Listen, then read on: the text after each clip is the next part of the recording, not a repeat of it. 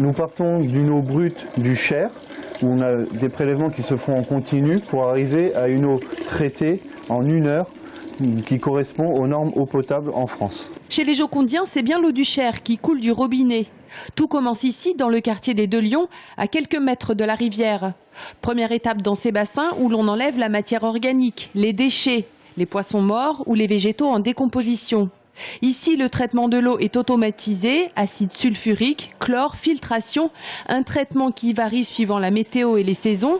Exemple en mars, avec la pluie qui décolle tous les limons de l'eau.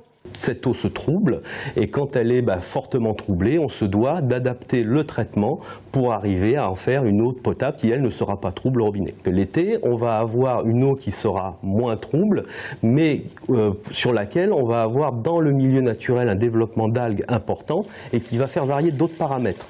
Mais l'eau du Cher n'est pas la seule ressource. Dans ces grosses cuves, on déferrise une eau d'excellente qualité. Elle est millénaire, celle des nappes phréatiques du Cénomanien. Objectif de la station, préserver cette ressource naturelle qui représente 50% de l'eau envoyée jusqu'au château d'eau de Joué-les-Tours. Dans ce château sont stockés 40 millions de litres d'eau. Il est vidé 1,5 fois par jour par les Jocondiens.